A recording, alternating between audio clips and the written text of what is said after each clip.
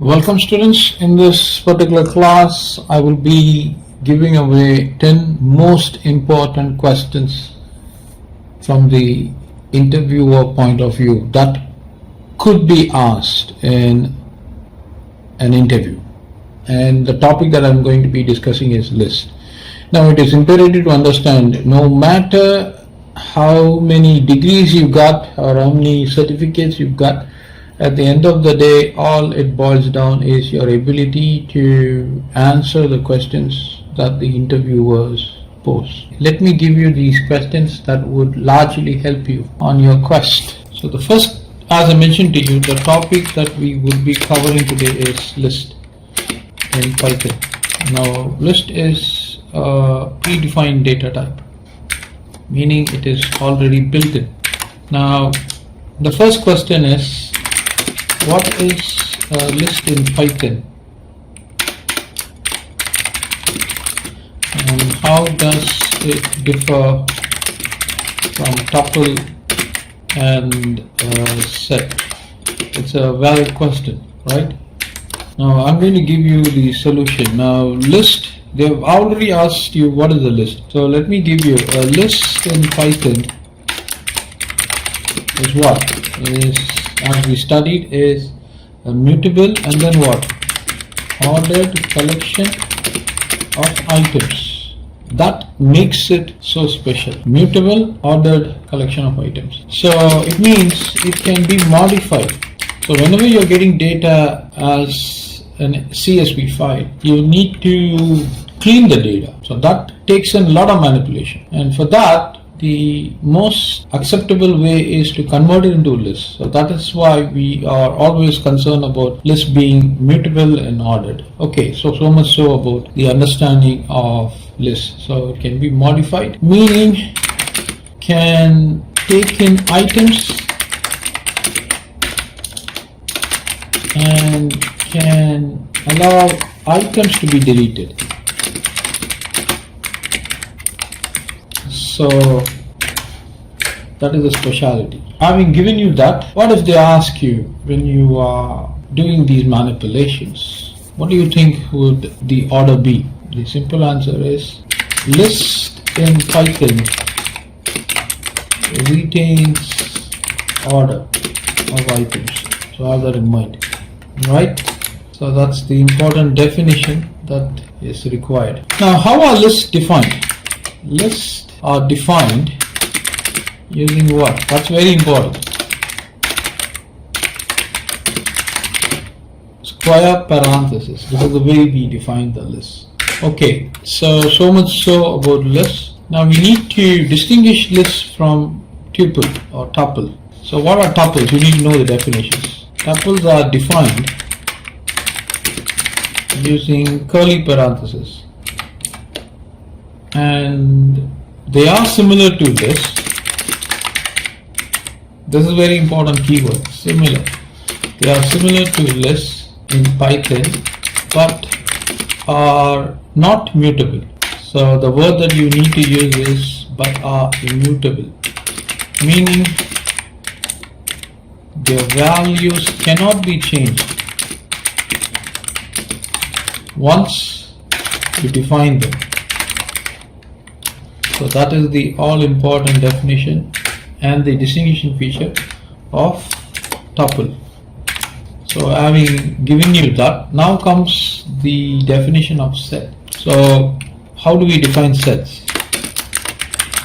Sets in Python are similar to sets in mathematics, right? So I'm going to state it like this. Sets in Python are defined using curly parenthesis or flower parenthesis. And what is the other feature? They are mutable and they are unordered. Final distinguishing feature: they do not allow duplicates. Does that mean lists allow duplicates? Yes. In lists you can have duplicates, but in sets they do not allow duplicates. So that is the all important question that you need to know. All of these, cannot leave out anything. So that's the first question. Now let's move on to question number 2. This is going to be question number 2, which is how can you initialize an empty list? How do you do it? That's a very good question. How are we to initialize the empty list? And what are some of the ways to create lists in Python? What are some other ways to create lists in Python? Okay, that's a valid question. So how do you initialize an empty list? Let me comment this and create an empty list. So name is equal to, I give it like this, and then I print name, and then I will say print type of name. Let me run this. You see that? That is an empty list. So this is the way we create an empty list. So what other ways you can create an empty list? We can also use the list constructor, right? You can also use the list constructor. The constructor list can also be created using list comprehension by splitting a string or by converting other iterable data types using list function. Let's move on to question number 3. I'm going to comment this off. And question number 3, explain the difference between the append method, the extend method, and the insert. So you have 3 different methods that can be operated on a list. Used in list. Okay, so first let me show you how the append works. I'm going to Tom, Jack, Martha, right? 3 names. Now I'm going to receive an input. So name2 is equal to input. Please enter a name. Now let me give a for loop for I in range of 3. Receiving the input. Now what I'm going to do is I'm going to append these values. And now I need to print it, so I don't need a for loop. I just say print the updated name list, and this would be the list. So what am I having here? The initial list contains 3 names. I'm prompting the user 3 more times. So all of the names will be received and appended to the original list and displayed. Now I'm going to save it. Now you will notice the difference. So enter the name. I'm going to enter, say, John. Please enter the name. I'm going to enter Kathy. Please enter the name. I'm going to enter Lisa. So you see that? This is the order in which I entered. John, Kathy, Lisa. And where have they been added? They are added after the last name. So that would mean append is a method. What does it do? That adds elements or items at the end. So that's an important understanding you need to know. Next is extend. So let's see how the extend works. Now let's see how the extend works. Now the basic functionality of extend, this is used to add multiple elements. So let me give you an illustration. Say for example, I've got the original name list, a variable, original name, so is equal to, I've got say Tom, Jack, and Jane. This is the original name list. Now I want to add a sequence of names. So for that, what I wish to do is I would like to call in the original names dot call in the method extend, and to the extent I want to add all of these names. Okay, all of these names now have to be added. So I'm moving over here. So just for sake of convenience, I will stop here. Okay, so I'll close the list and I'll close the parenthesis, and this is how it looks. You can probably give an enter and you can see the entire name. Over here this has to be extend. So I'm adding all of these names, and now let me print them out. So print original names. That's it. So you save it and you run it. You see that? The original list is extended. So that is for the extent. Let me count this off and move to the method called as insert. Now the name itself suggests. What does it do? It can insert items at the position you want. So that's a nice way, right? So it takes in two arguments. That's very important. It takes in two arguments. So let me give you this illustration. So nameless or names is equal to, so let me copy this and place it here.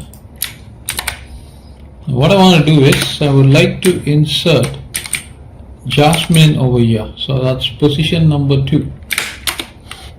So let me write names dot insert position number 2. What is that you want to insert? You want to insert Jasmine, and then you print the complete list.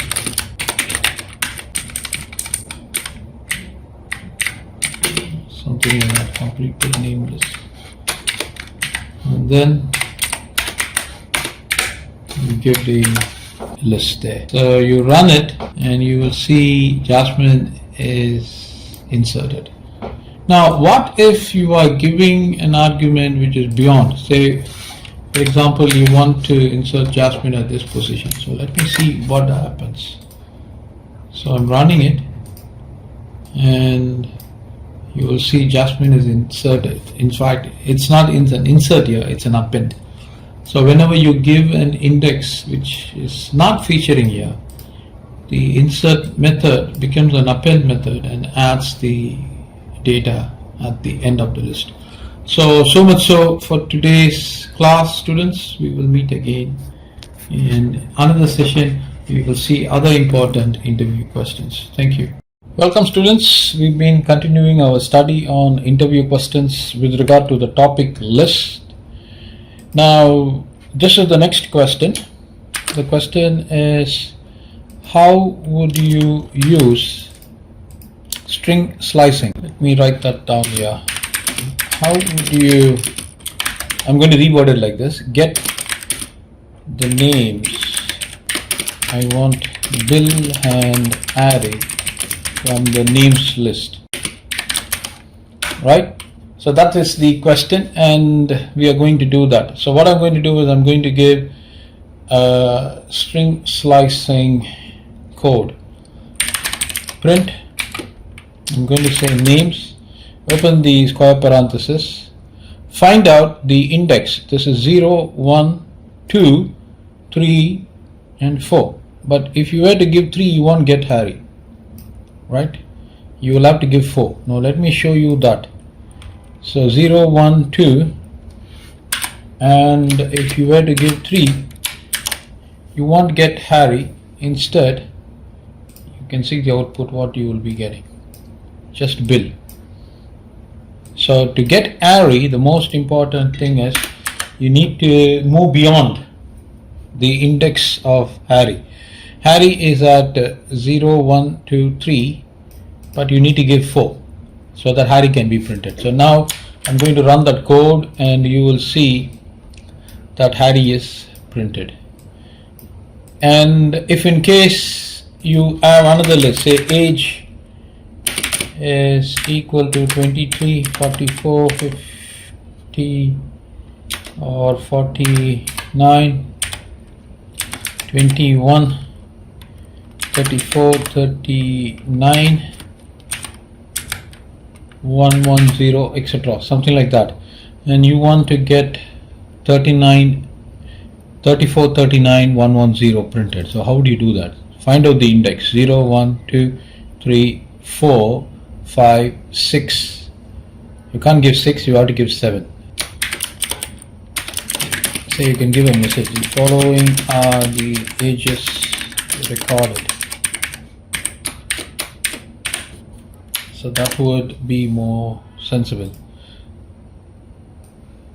Okay, the following are the ages.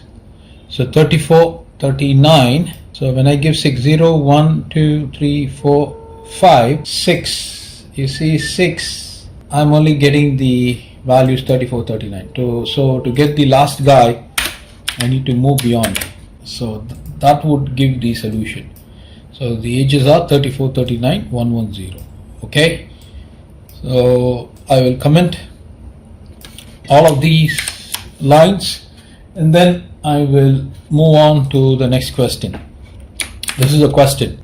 So let me say question and over here question.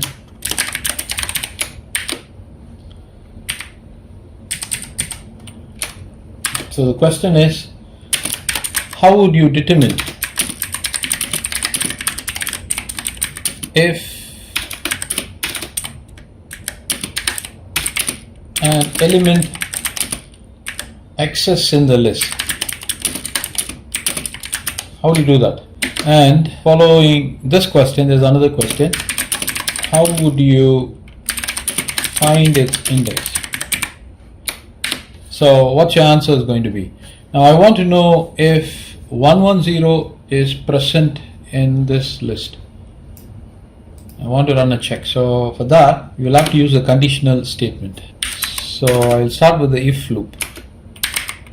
If 110 in age, then you print yes, the age is found, right? Else print the age is not found. That's it. We know that 110 is found, so we are expected to get that positive yes. Yes, the age is found. Now what if you are receiving input from the user? So I'm going to take in this particular list, names. So I'm going to say name check. Name check is equal to input. Please enter the name to be checked. So you're getting the name from the user. So if name underscore check in names, then you print the name is found. If not, you print else the name is not found. That's it. So this would be utilizing this list. So I'm going to enter the names. I'm going to run it. So I'm going to check Bill. You got to give the same way in which the name is recorded in the list. So you can say the output is found, the name is found. Now you can run this again, and suppose you're giving it like this, mark with a space, and you are saving this, you're running it. So now you're getting name not found. You see that? Because this is mark, it's not mark. But I have already done string methods. You can actually ignore this space using string methods, right? So please refer my video on that. So having given you all this, let me get the index. It wants us to find the index, right? The question is asking us to get the index. So how do you get the index? So in this case, print the name is found. I can say print the list name is names dot index of, give that name check, right? Because this is the input that we are receiving. So you save it. I'm going to say bill, name to be checked bill. You see that the name is found and this is the index. So let me go and see the list 0, 1, 2 exactly. So that is a beautiful question. So in that question we have actually done two parts. One is to find if the element is existing, and next to find out if in case the element is existing, then to display the list. So next question is a very good question. So let me go and give you this question. The question is, can lists contain different data types? What's your answer? Yes or no? The answer is yes. Now this is the next question. Can lists contain other lists as data elements? Yes or no? The answer is yes, they can. Now you will be given a list. Please access the elements of the list. So what are they trying to say is, you are provided with a list which will have other lists as its elements, and you have to extract the element that they want. Now I'm going to simulate an illustration. So I'm going to say that ages is equal to, I'm opening the list. Within the list I'm going to say 4 years.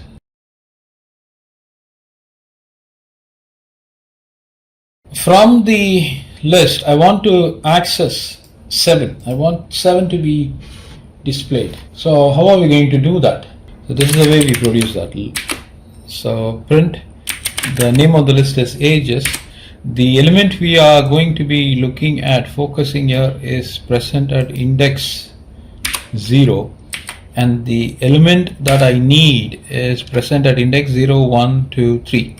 So place the 3, save it, and get it printed. So clearly you can see 7 is printed. Now if you want 5, you need to change it to 1.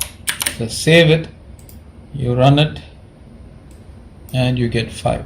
Now what if you want to get 15? How are you going to do that? For that you change the index at the first element, right, or the first one which you are seeing here. So this is actually referring to the position of the elements. So when you say 1, you want 15. So 0, 1, 2, 3. So if you were to give the 3, you save it and you run it, you will get 15. You see that? 15. Beautiful. What if you want to get 27? So for that you need to change the first index here. 2, you're talking about this list, this element, and then you want 27, 0, 1, 2, 3, and that would give us the value 27. You see that? That's lovely. Okay, so moving on to the next question. So we have done a good lot of interview questions. Now let me go to the next question. Now suppose I'm going to take the same ages, right? You have this, and then you are asked to give the output of this following code. Now I'm going to write the following lines of code. You will have to tell me the reason for that output. Okay. Now over here I'm going to say ages check is equal to age, and then I'm going to say print dot append. I'm going to give 21, or 21 is already there, 22. Now I'm going to save this line of code. Probably if this is confusing, I'll just take this off. So you got a list here, and I'm assigning this list to ages underscore checked, and then I'm adding 22. Now I've already explained to you about append. Now the question is, I'm going to save here, and I want you to tell me why am I getting this and what is the reason for that. So I'm going to run this and you will see none. Why am I getting none? Actually I should have got 23, 44, 49, 21, 34, 39, 110, comma. When you say append, it's supposed to feature as the last element, but that's not happening here. What is happening here is I'm getting none. Why is that?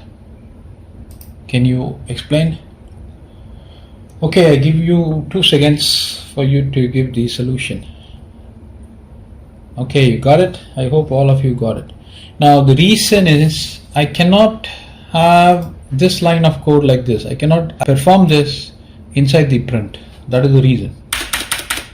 Okay, so what is the best way to do? What I'm going to do is I'm going to take this off, right? And then I'm going to print ages check, right? This is fair enough. So perform the append and then get that list on which the append is performed. Print that alone. So I'm going to save it and I'm going to run it. And you will see 22 is occurring here. You see that append 22, 22 is the last element. Fine. Now I'm going to run one more print statement and I'm going to ask you why am I getting that. So I'm going to say print age and I'm going to save it and I'm going to run the code. You see the output, you're getting the list.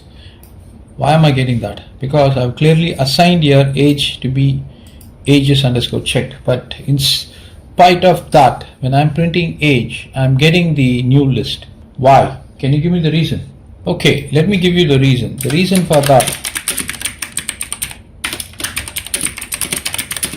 is in Python, when you assign one list to another, like what we have shown here, both the variables will refer to the same memory location. That's the key thing. Okay, so what is the meaning of that?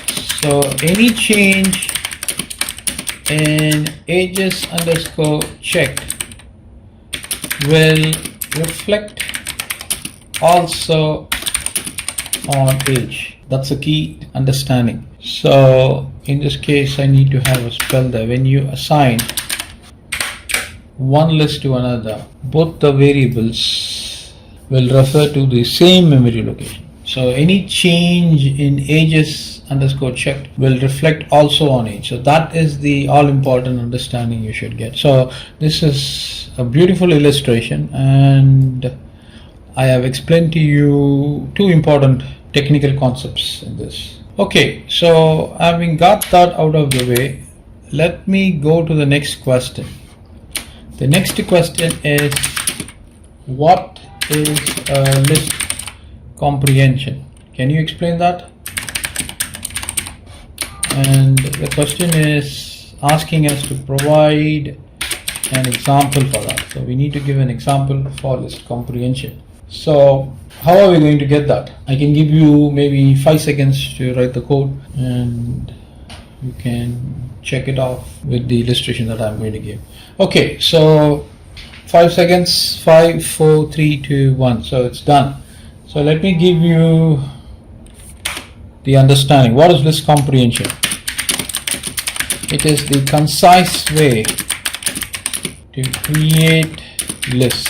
Have that in mind. When people are asking what is list comprehension, it's nothing like a big jargon, but it's nothing but a simple way, a concise way, a short way to create lists. Now what it can have? It can have an expression and a loop. That's critical. With some optional condition. You can have a condition also. That would be checked. Right?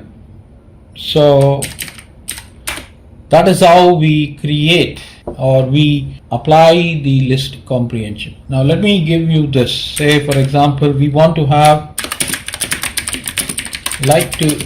a list of even numbers, probably less than 100. So in this case, when I say 100, I'm going to write a code that would stop at 98.